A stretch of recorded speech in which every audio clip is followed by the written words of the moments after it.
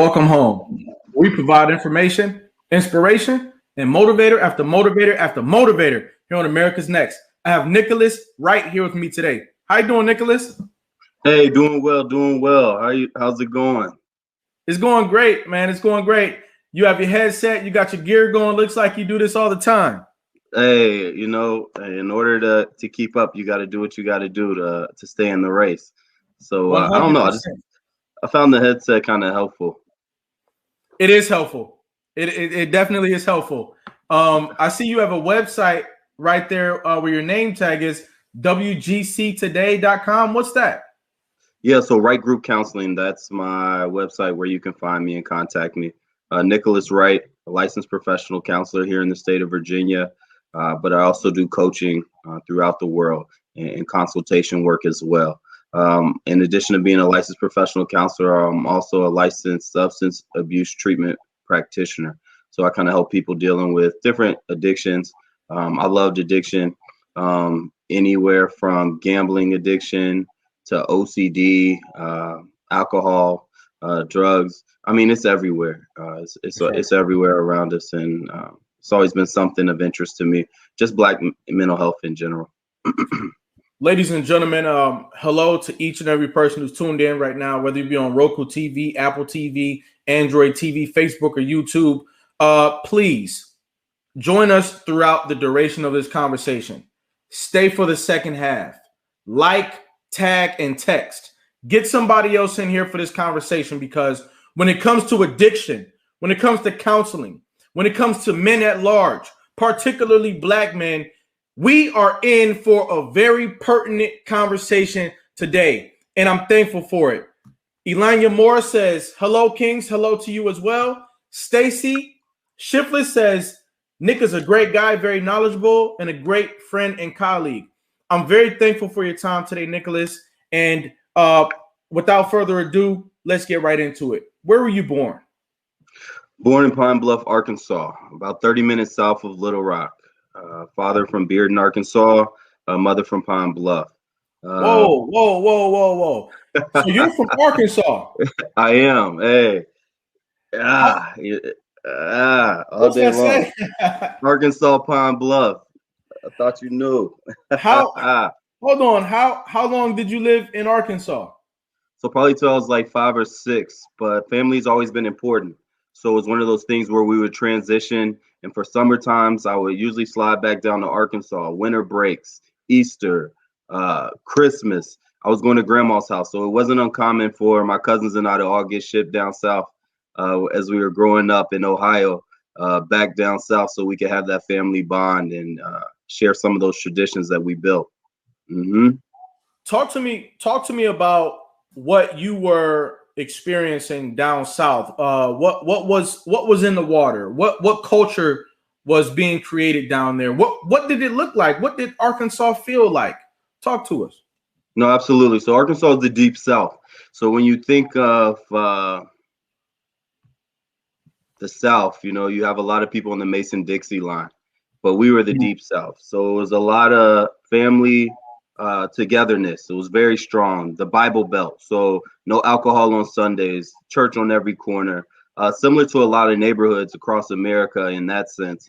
But there was always this sense of family that was made to be important. I guess I always related to a lot of Italians because Italians have a strong belief in family. And that was huge for us because it was like, no matter where you come from, you are family. And it always gave that vibe. My aunt, she, Little Rock Nine, right? So, you have the people that went to integrate the schools in Little Rock, right? That's Central High. So my aunt, she wasn't in the first cohort, so she didn't make the books, but she was in the third that went to school in Little Rock and helped with integration of the schools. My grandmother was a school teacher. My grandfather, believe it or not, had a 6th grade education. That's when he dropped out. So education was always important to my family, whether it was, reading books, learning to read at an early age at 5 years old from my grandmother, all the way to entrepreneurship. My grandfather, he said, down south, deep south, right? So he was like, people pick cotton, sharecroppers was a big thing during his era when he was growing up. So it was important for him to tell me. He was like, people were picking cotton for 50 cents a day. I wanted to make sure I got it right. Go ahead. Like I said, ladies and gentlemen, get somebody else into the building for this conversation. You're telling me, bring them in, because I don't do this too often. Come on. You're telling me that your aunt. I mean, I'm almost emotional right now in this conversation with you, man, because you come directly out of the history that we study, the history that is constantly put in front of us in Hollywood films. Some of the most impactful media that we've ever seen centers around the lived experience of your family last generation and the generation before that. And so we're talking to the product of the experiences that really are part of the fabric of the American story.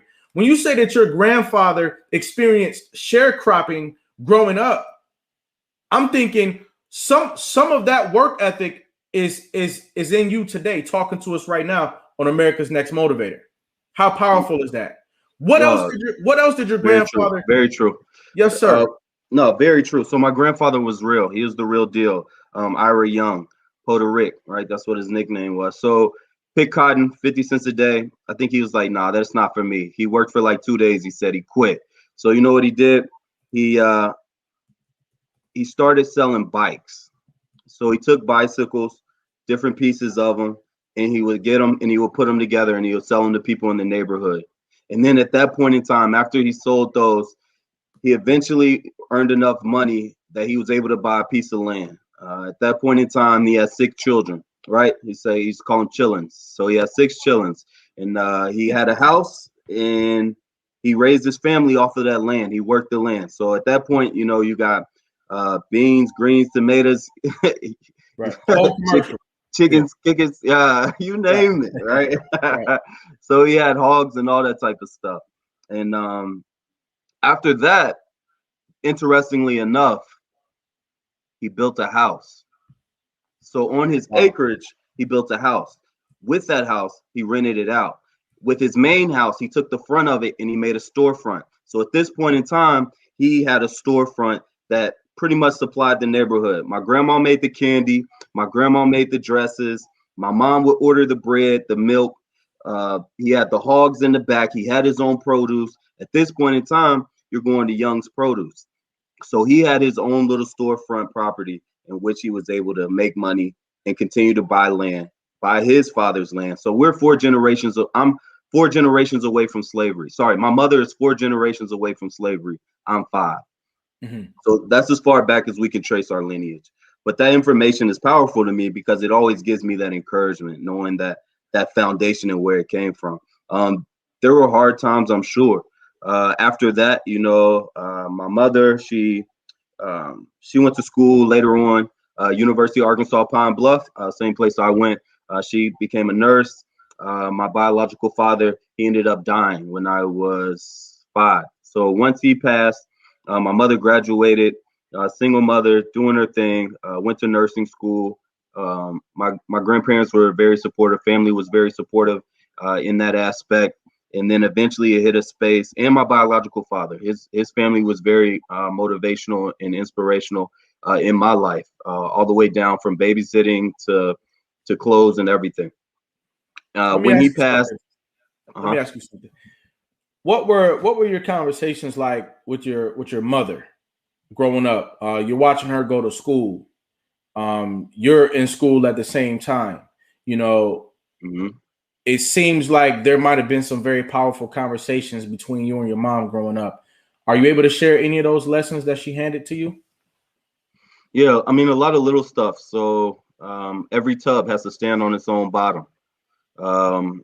So meaning, you know, you got to go get it.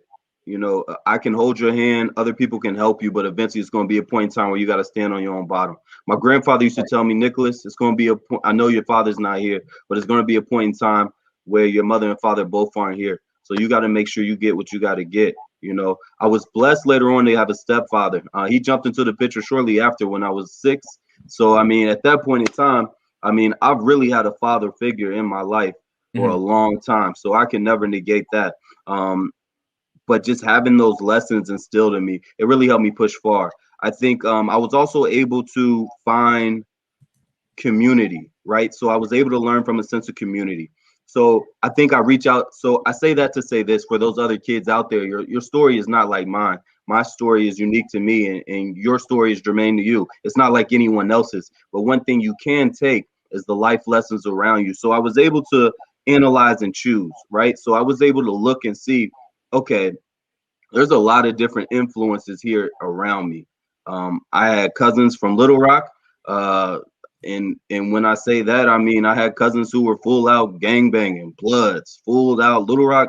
What was it? HBO special. I don't know. It used to be this thing called Banging in Little Rock. Some of those were my cousins. So it was like finger waves. They used to have the finger waves. I'll never forget it. Right. Used to play with knives and everything, and I mean, they act different when the parents aren't around. So it was one of those things where I was able to learn from some successful people, and I was able to say, you know what, I like those characteristics, but I also had the insight to look at some people and say, I don't like those characteristics.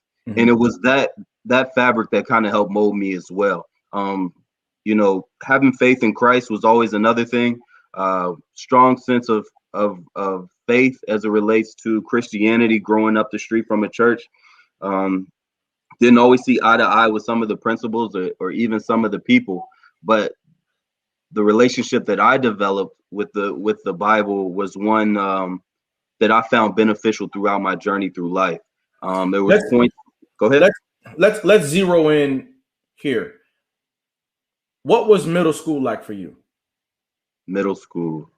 Ooh, you trying to dial it back? Okay, I was going to take them to college. Middle school was. All right, 6, 7, 8. Middle school was good. I was paying attention to school a little bit. I was taking the Valentines that my mother would leave me before school, giving them to the girl in class. The 8th grader, I was a 6th grader. Doing those sort of things at the time. Okay. I was like 1 foot in, 1 foot out, more involved in sports than anything else. That's really what piqued my interest. I was living in Ohio at this time, Camp Dennison. So keep in mind, some people don't. I went to Indian Hill all the way, kindergarten through high school. Indian Hill is one of the richest one of the richest cities in Ohio, and it's the top 20. Top 20? I think it's the top 20.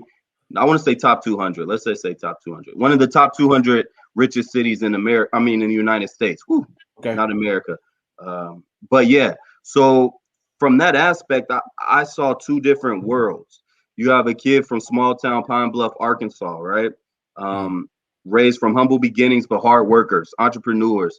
But then I also had this experience where I went to school with some of the wealthiest people in the nation. Wow. So from that, my eyes opened up. But I'm also going back to the country. I'm going back to Arkansas. Never forget where you come from. I'm going back to my cornerstone. So I know about 1428 Tennessee Street. That's where my grandfather, that's our address in Pine Bluff. I know that milestone. The house is no longer there, just land, but it's family land. So I know what's up. So then it's like I gained that experience, and some of the things were kind of difficult for me to balance because you have those realities.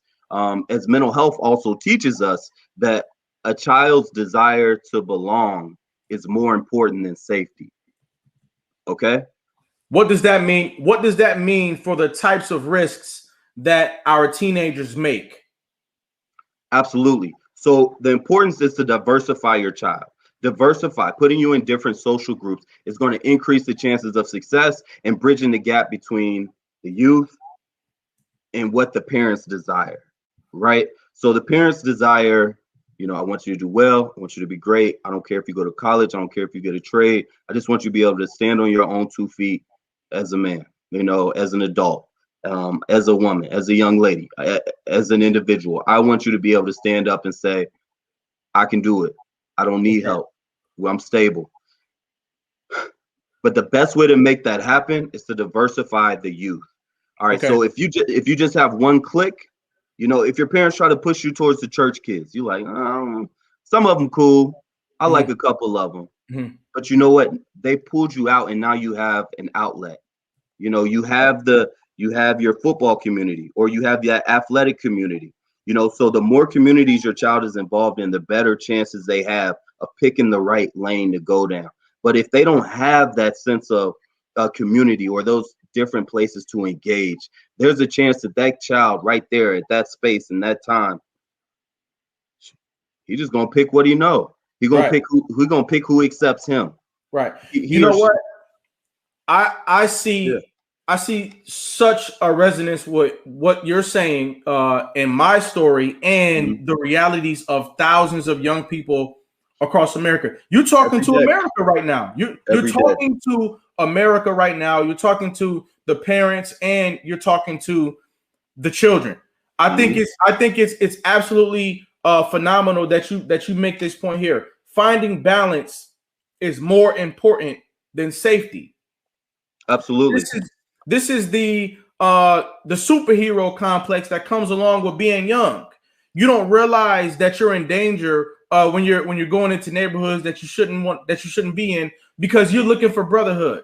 Exactly. You know, you're looking for sisterhood, right? Yes. Belonging. You look for belonging, and so you take risks that you don't even realize the danger inside of those risks. And we wonder, why are our children, getting into trouble? Why are our children making so many of the wrong decisions?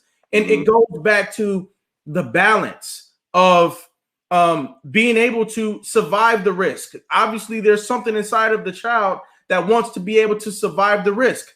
The child wants to experience something that boosts their adrenaline. They want to do things that provide a certain sensation. And when the parent doesn't have the perspective that I need to put my child in camp, I need to put my child on a sports team, I need to put him in martial arts, I need to send him, scouting, hiking, swimming, right? Your child is going to naturally come up with ways to get those attributes. Am I making the proper correlation? Absolutely. I could even flex and just talk about the Shaker Heights study, right? So Shaker Heights is a study that happened in Ohio. It's an affluential Black community. Doctors, lawyers are the parents of these African-American children. Long story short, all these kids, when they're graduating high school, you know what's happening? What? None of them are going to college. None of them are getting secondary education. We're like, what is going on, right? They're trying to figure out, why are these African-American children not interested? What's happening is all these African-American children, they are going to the urban neighborhoods. They're going to the city. They're going to kick it with people where they feel like they belong. And unfortunately, some of these influences that they ran into, looking for that brotherhood, looking for that sisterhood, looking for that companionship, weren't the safe spaces that they need to really be involved in. And once they identified that, they were able to try to pull the Shaker Heights children back into a better scenario that would provide them more opportunities for success. I mean, that's why it's so important to get connected with your local Boys and Girls Club. That's why it's so important to go to the library, right? It sounds crazy, but having a librarian as a friend is not crazy. Library's got a lot of different things to offer. The YMCA, it's affordable. Go ahead. Oh, CRC, real quick. Sorry, I can't forget. I can never forget to shout out CRC, Cincinnati Recreation Commission. I was a lifeguard. They took me in when I was 15, and it gave me just a safe space to grow and mature and hang out at the local city pools. We cannot shut down city pools. They matter. All right, go ahead.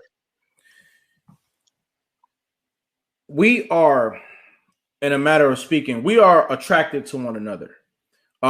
When you're in high school or you're in middle school, you're hearing about the other kids in the city and what their experience is like. You're hearing about, what their day-to-day reality is. And when you can see the total difference between what they're experiencing and what you're experiencing, you want to go see it. And so I'm led to understand that we have to remain concerned about all of our children, because if we provide a great experience, a diverse experience for this set of children here, there's nothing that we can do that's going to stop them from going to look at the life of their counterparts. And that's what I mean by us being attracted to one another. We want to know why the kids on the other side of the city, why do they tie their shoes the way that they tie them? Why are they using the slang that they're using? Why are they flipping their hat backwards like that? And when you go down there, sometimes you find out it's because they're making their own life up. They don't have a program laid out for them. And so that's where the lack of understanding of risk comes in. That's where the lack of balance comes in. And that's where the need for us to really unify as a community comes in. I think that what you're talking about today, Nicholas, is information that everybody needs to begin to live by. Absolutely. Doesn't matter if you live in the poor community or the rich community. Everybody needs to begin to provide a diverse living experience for their children, because these children are going to crisscross the city at some point. Absolutely. And we want safety for everybody. Go ahead. Yeah, no, I guess that kind of brings me to a position where I kind of think about the black community and mental health, but just even mental health in general. A lot of people deal with this suppressed anger. We learn a lot of these different things in these toxic environments that we put ourselves in as children. Sometimes we don't have the choice of putting ourselves in these positions. Sometimes these things are forced upon us. But I think if we are able to identify what is happening, it increases our chances of success. To be all the way honest, one of the biggest things I learned in my journey as being a counselor is that in social services, I feel like I can get every single person I meet if I really wanted to. I, as a case manager, can guarantee every African American, anybody who lives in the inner city is eligible to claim PTSD, and you could get a disability check right now. Everybody. What is PTSD? Post-traumatic stress disorder. It's not so tale of two cities, right? So people are living in environments where, you learn these different things when you live in an environment. Like when someone pulls up next to you, you might put your hand under your shirt when they ask for instructions. Why are you doing that? Because you're pretending like you got a gun just in case they do. Hearing sirens going past your house every day, that's not normal. It's a societal norm for the inner city, true, but it's not common. All these things could be considered some sort of third trauma, maybe not even secondary, but maybe even secondary trauma. Taking childhood pictures with friends, and I say 5 out of 10 people are dead or incarcerated. These things could all be considered trauma. But in the Black community, many times what happens is they label it. Do you know what they label it? What? Not survival skills, but they're resilient. They're resilient. No, they're not resilient. These are the circumstances they're dealt with, and this is what they have to deal with, and they have the trauma. That's why a lot of countries, as I go, hold on. Yo, let me rock. I love you, the things you're saying today. Brother. Are you telling me that when we look at our community, if we were just in a taxi riding through a dangerous community today, and we look at their behaviors and we say, wow, they're resilient. You're telling me that it's not as much resilient as it is you're watching them survive as best they can in a dangerous situation. Absolutely. I think resilient is a nice label to put on it, but I mean, measuring resilience, measure it. It can be done if you really try, but it's not normal, because I've seen people in these affluential neighborhoods go through half as much, a third of as much, and still get a check for PTSD if they needed to. Now, I am not encouraging everyone to get a check because we don't need it. That's why I admire some of the other countries that aren't as invested in mental health, because I also believe in the tune that some people are putting too much attention on issues. So you have this thing where you hyper arousal around a subject. Right. Sometimes people need to learn how to shut up and get back on defense. That's athletes are really good at it. They don't or go ahead. Continue to produce offense. There you go. Let me ask you something. We're gonna have a great back and forth tonight. Let me ask you this. People who don't go through the same types of trauma as what's typical in the inner city communities, do they still develop resilience? People who were never poor, people whose family was never ripped apart, people who have a mother, father, a family, animals, and a great school system and money, do they become resilient as well? Absolutely. Okay. Absolutely. Okay. So then what I'm hearing you say is that what the people are going through in the dangerous communities, we call that resiliency, as opposed to identifying a set of things that should not be happening, that needs to be stopped, because they're going to be resilient in a healthier environment as well. It's not that they're a miracle that can't happen anywhere USA. You hit the nail on the head. That's it. So these different, I guess, third party events that are occurring in the inner city, they shouldn't be occurring.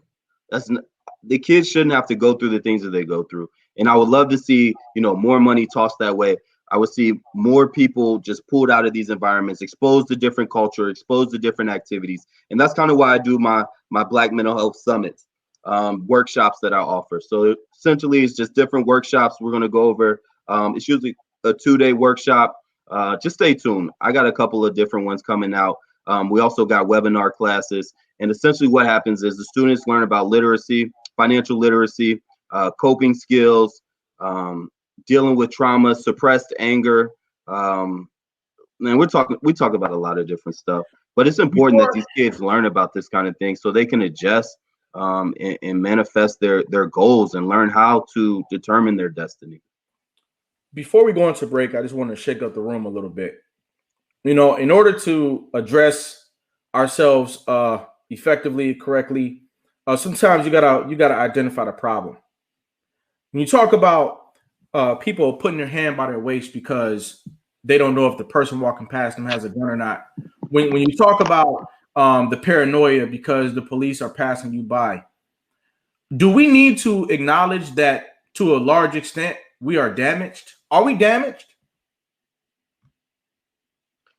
I think that too many counselors focus on helping people learn how to deal with the world instead of putting them in positions to change the world around them.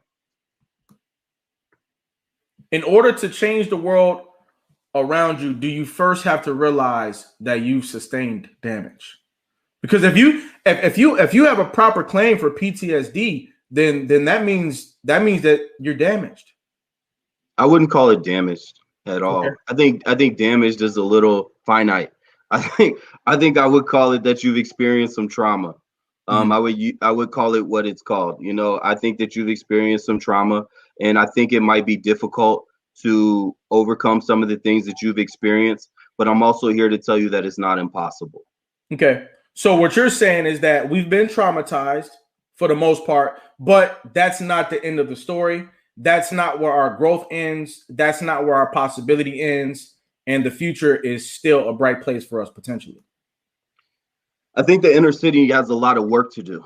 I think that they need to look at the budget. I think they need to continue to leave the city pools open. I think they need to keep the Thurgood Marshall Fund alive. I think they need to encourage people to go on college tours. I think they need to open up people's eyes to a lot of these different activities and things out here. I think there's different levels of helping. You have some people like Muhammad Ali who felt like, he had to go overseas in order to reach enlightenment. But then you also have that guy up the street in Madisonville, shout out Rainbow, regular guy. But, he was the guy who would come to you and just talk to you. And just, he would touch the kid next door. He would talk to you and just say, hey, that's not right. That's not what you need to do. Or, shout out to Larry Hughes, right? He would take a kid and be like, hey, I'm going to show you how to do some plumbing. This is how you change a toilet. This is how you use channel locks. This is how you change locks on the door. Just teaching you those fundamental skills that can make you a better person. So I think if we have more people that are mentors, more people reaching out, more people talking and sharing their story, I think that people can achieve. I think we're everyday people with everyday issues, and I think that we need to discuss them more and talk. And I think that we can do that, and it starts by opening up and having those dialogues like we're having here today. Ladies and gentlemen, we're talking to Nicholas Wright. He is a wise man. He's doing the studies. He's doing the work, and we'll be right back with the second half after this brief message.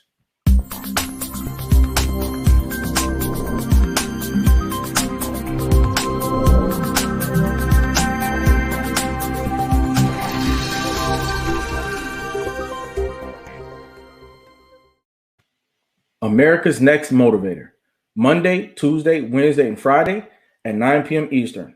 America's Next Motivator, hosted by me, Cedric Riley, sponsored by the Pride Empowerment Network and our viewership.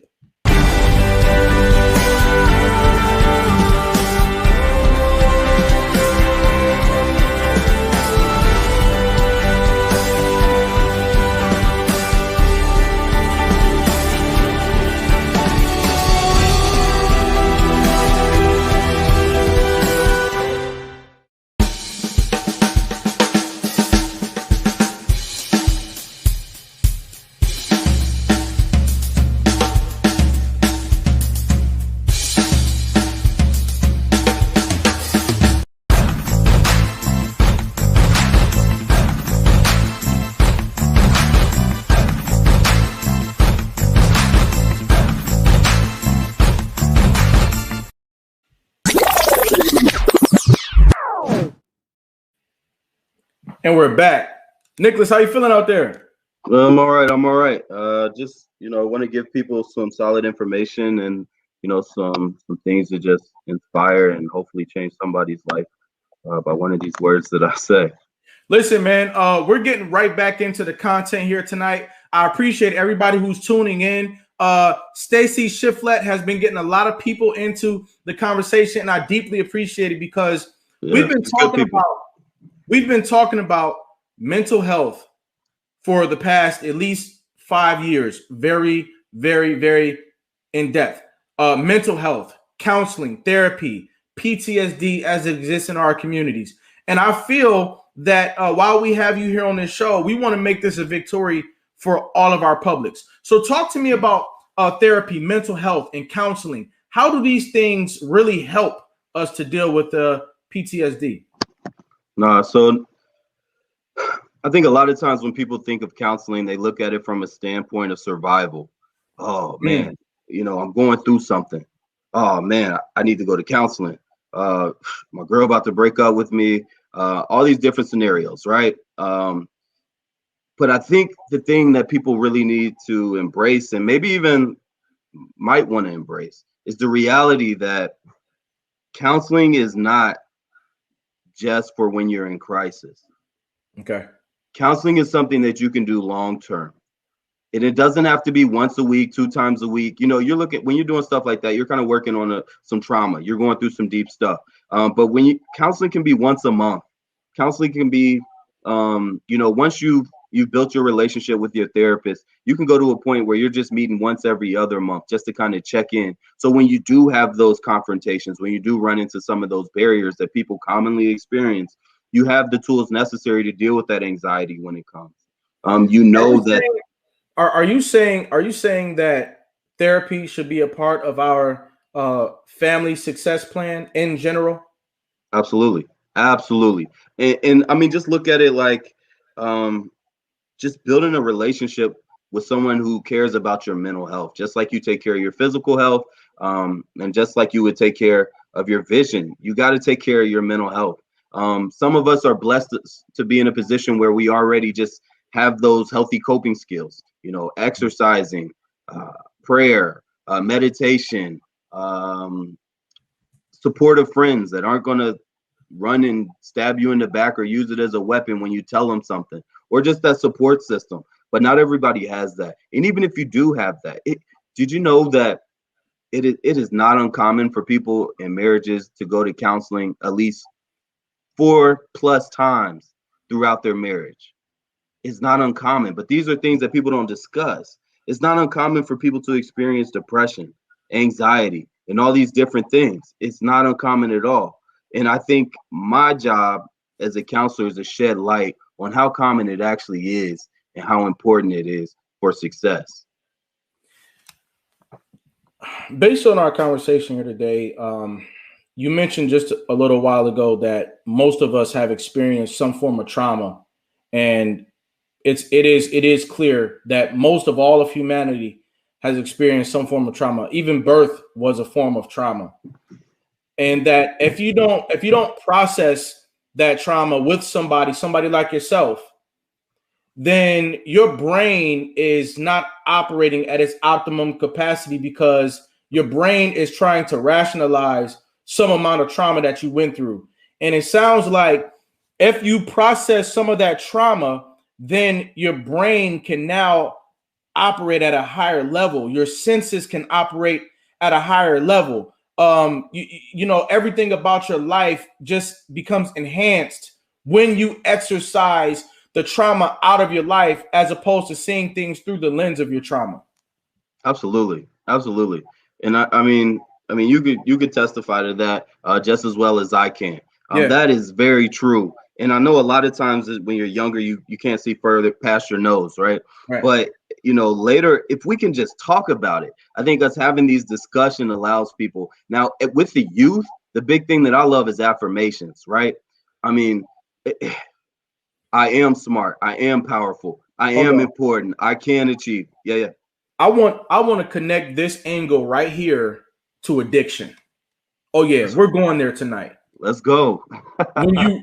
when you don't process the trauma, okay, do you end up taking that frustration out on yourself by way of addiction? So, all right, biopsychosocial, right? So I think it's three elements that come into play as it relates to an individual. Some people think it's nature versus nurture. I look at it kind of as a whole, right? That circle. So I think you have a biological disposition, right? I think that comes into account. I think psychological, you have some things in your brain in the way that you process and you perceive things that comes into account. And then I also think that there's a social element that also comes into play. As it relates to how much you drink or your addiction. As it relates to the biological standpoint, some people have a predisposition to addiction. And when I say predisposition, I'm not even just talking about narcotics or alcohol. Your grandfather could have had a work addiction. They could have had a money addiction. I know that was a big one in Cincinnati. I got a money addiction. People just have an addiction to all these different things. They could have a hat addiction, shoe addiction, all these different addictions. But in the next generation down, it could present itself as an alcohol addiction. It could present itself as a tobacco, nicotine addiction, right? It could present itself in all these, it could present itself as a workaholic. So is addiction natural? No. So addiction isn't natural because at a point of addiction is becoming debilitating. Right, it's stopping you from finding that balance to have a success, to be able to maintain your life in a successful manner, i.e., being able to maintain your moral compass. A lot of times with addiction, our moral compass out the womb, food, water, shelter, right? Just that human nature. But when you add addiction in there, your moral compass, food, water, shelter is now changed. Instead of it being food, water, shelter, now we might look at it as food, beer, shelter. Right. So okay. So let's work. Yeah. I've been in conversations where people say, "Well, I don't drink, but I buy shoes." And so, I don't drink, but I'm better because instead of me being drunk outside, I'm simply at the mall buying shoes. See, I have a good addiction. And what I'm hearing from you is that it's not about you having a good addiction, it's about us having no addictions. Is that correct? I think it's about balance. It's about balance. It's about balance. It's all about balance. The whole key is balance. Can I maintain my priorities? Priorities. Can I maintain those priorities and still enjoy the qualities of life that I like to enjoy? Do we interchange one addiction with another? Is that okay? Or should we not have any addictions at all? I mean, honestly, I think addiction at all isn't really a strong point. I think your addiction should be just having balance. I think that should be the addiction. Now, don't be so addicted that now you have anxiety. I think addiction is the wrong word to use in that phrase. Right. We want to have balance.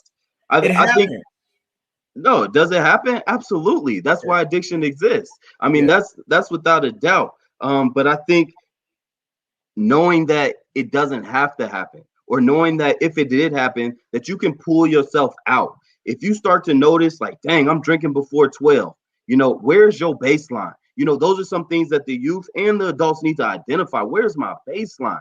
All right, before I started, my dream was to be successful, play ball or something, right? Mm-hmm. Or be a scientist, go to school, get a trade.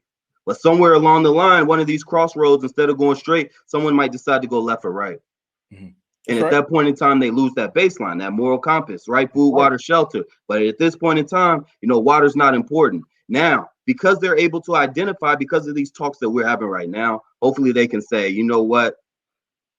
I'm buying beer before I'm buying bread. At Right. that point in time, I'm going too far. I need help. Mm-hmm. So it's all about that balance, and that's who you got around you, who's going to help you. And I mean, we all go do different things. I mean, my experience, believe it or not, before this road to success, I mean, I went to 3 master's programs before I completed. Wow. So Congratulations. yeah. Thank you. I appreciate it, man.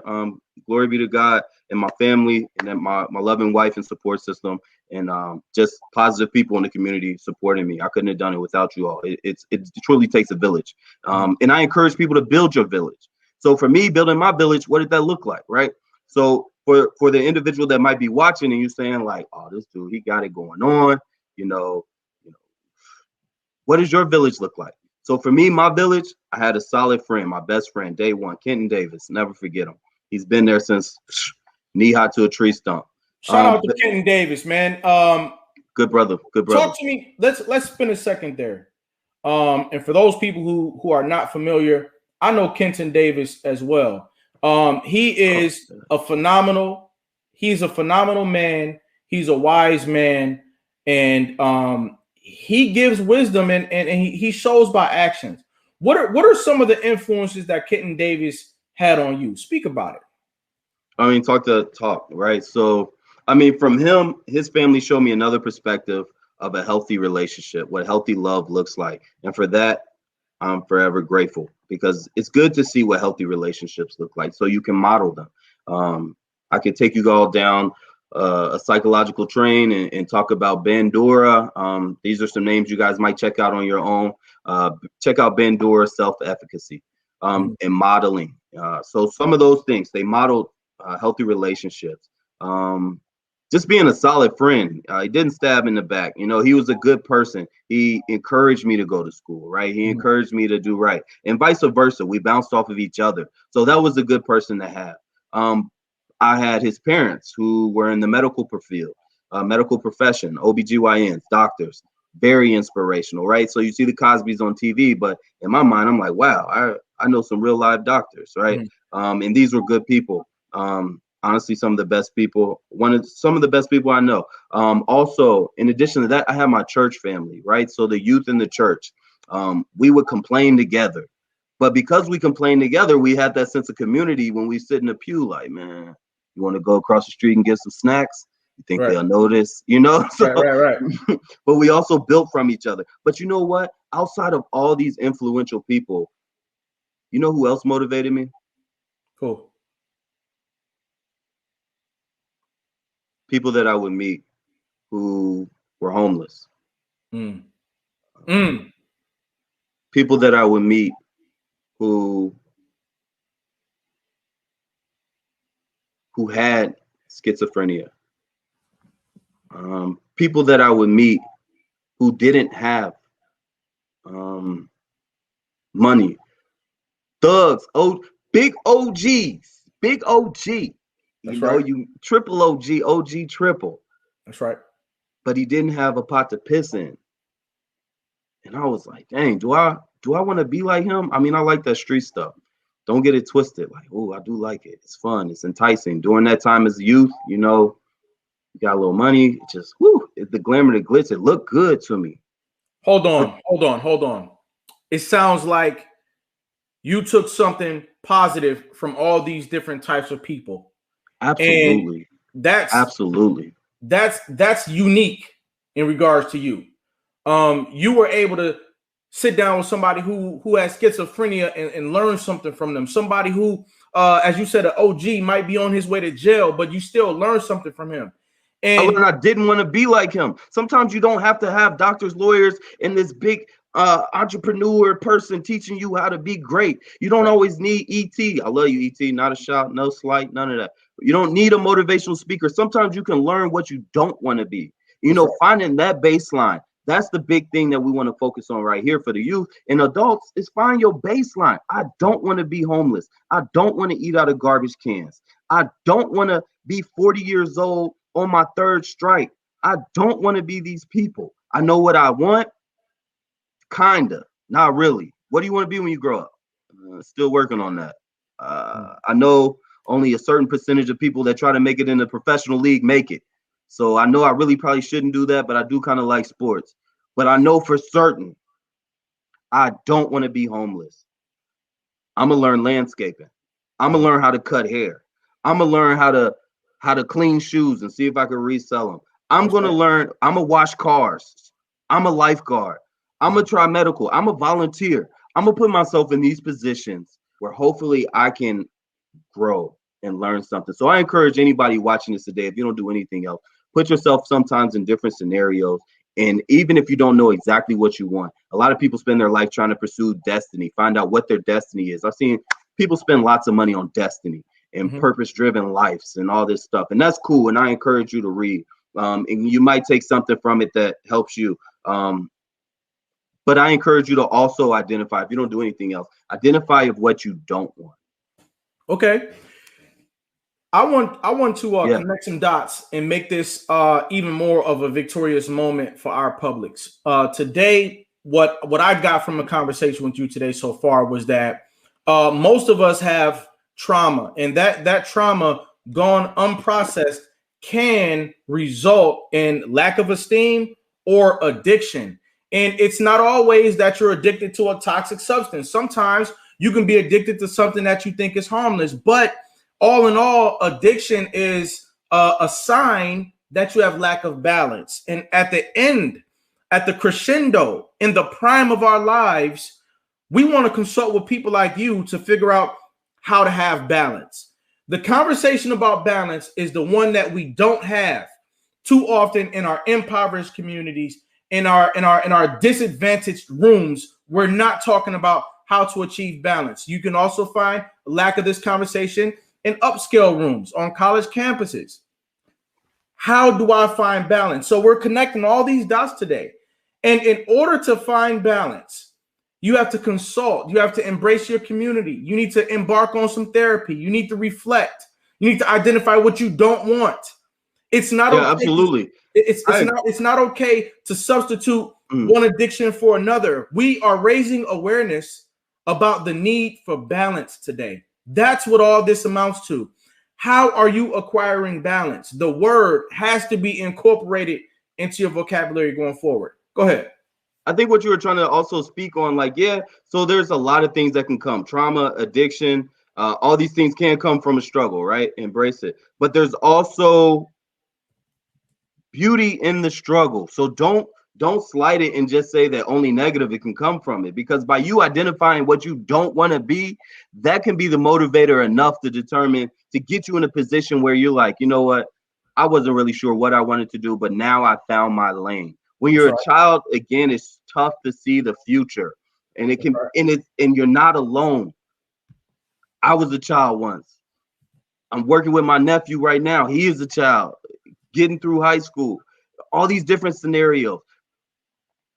And it's okay not to know exactly what you want to be. It's okay to know, but I encourage you to know what you don't want to be. Know what you do not want to be. I do not want to be in the homeless. I do not want to live without my high school diploma. I do not want to live knowing that I have to beg and borrow for money. I do not want to go to Rent-A-Center. I want it. Okay. If finding out that these goals are realistic, that is going to be the difference that can take you to that next level to achieve everything that you do want. That's right. Based off of knowing what you don't want. That's right. We want more men standing up the way that you're standing up, Nicholas. We want more men such as yourself speaking to the nephews, the nieces, the young people, and the grown folks. This is a grown folks conversation. In the second half here on America's Next Motivator, we're raising awareness about the balance that we all need to find. Drop a 1 in the chat if you remember having a conversation about balance. I'd venture to say there's not as many people as we think who've been sat down to have a conversation about balance. Was balance a part of the conversation? That's what you're incorporating into our minds today. And I think that is a huge takeaway.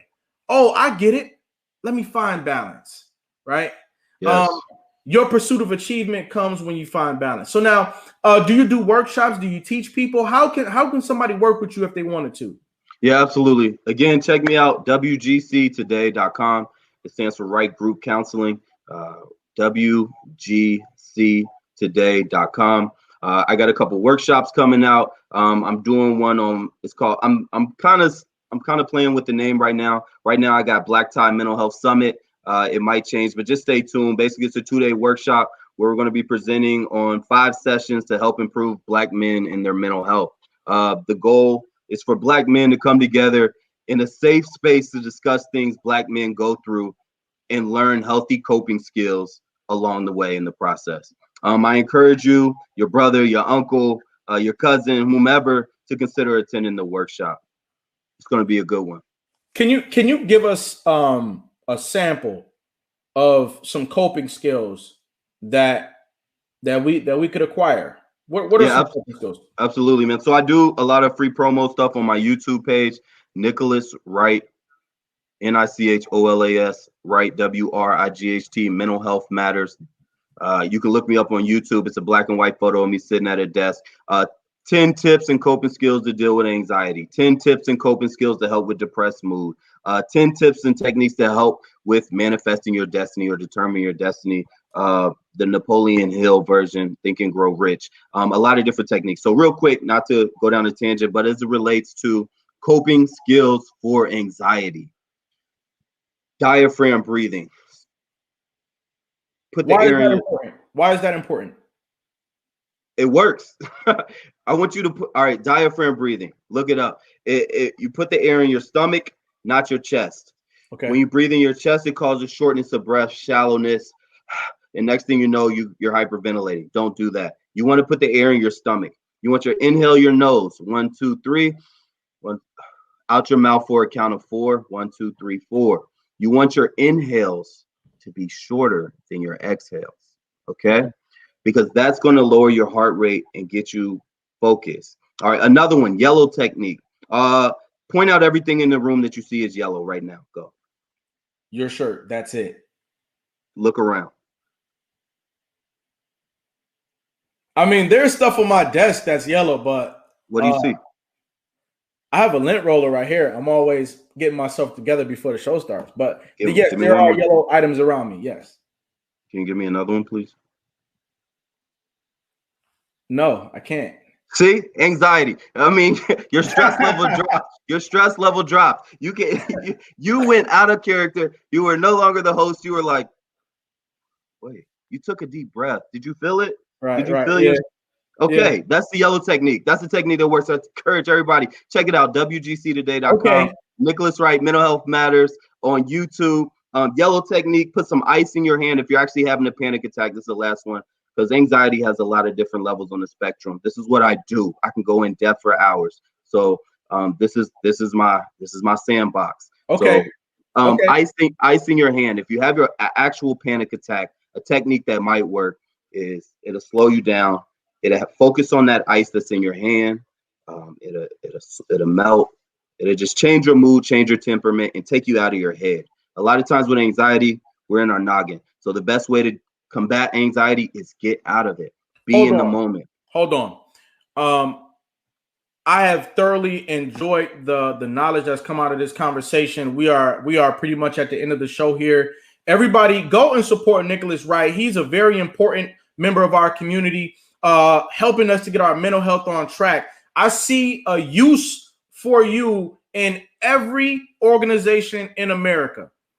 When you talk about diaphragm breathing, you are talking about unsuffocating the general public. We are suffocating. We're suffocating by way of our experiences. We're suffocating by way of the things that we're engaging in. And at the end of all of it, we're not even breathing properly. So diaphragm breathing changes the entire outlook of our communities. I have 3 questions for you as we finish this show. We've got 20 seconds left in the show.